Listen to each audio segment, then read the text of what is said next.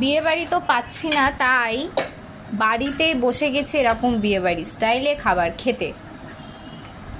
আজকের লাঞ্চে অনেক কিছুই আছে, আর একটু অন্যরকমভাবে পরিবেশন করা হয়েছে, তাই জন্য ভিডিও করছি। প্রথমেই ভাত, লেবু, লঙ্কা, এদিকে আছে শাক ভাজা, এদিকে আছে নারকেল ছোলা দিয়ে মোচা, এখানে আছে আলু আর ওল দিয়ে তরকারি, আর এদিকে আছে কলা পাতায় মোড়ানো কাতলা মাছ। তাহলে চলো শুরু করা যাক। প্রথমে একটুখানি ভাতটা ভেঙে একটুখানি শাক ভাজা মেখে প্রথমে খাওয়া যাক।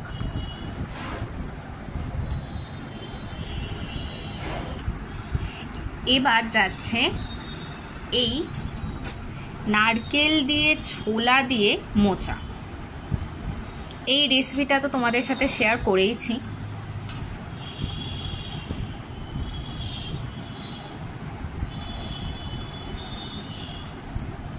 এই যে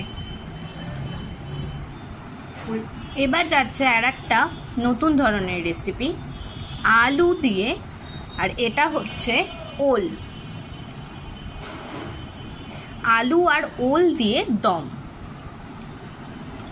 একটুখানি আলুটা মেখে আর একটুখানি এই যে ওলটা বেশ ভালোই সেদ্ধ হয়েছে, ওলটা দিয়ে ব্যাস মুখে চালান করে দিতে হবে। এবার চলে আসি আজকের শো স্টপারে। তার আগে এই লেবু লঙ্কাটা একটুখানি সরিয়ে দিচ্ছি। আজকের শো স্টপার হচ্ছে এই মাছের রেসিপিটা। এই যে আনবক্সিং চলছে, আনবক্সিং হয়ে গেছে। কাতলা মাছের একটা রেসিপি।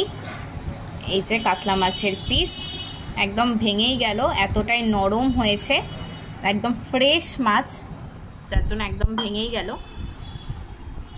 আর এই যে গায়ে লাগানো এই মশলাটা কিন্তু সেরা, একটুখানি হালকা পোড়া পোড়াও হয়েছে।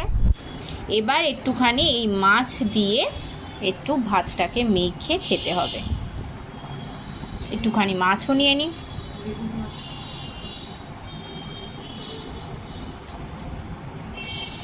এই যে একটুখানি লেবুর রসও নিয়ে নিচ্ছি এর মধ্যে, ব্যাস লেবুর রস দিয়ে এটাকে মেখে একটুখানি খেয়ে দেখি কেমন লাগছে। জাস্ট অসাধারণ।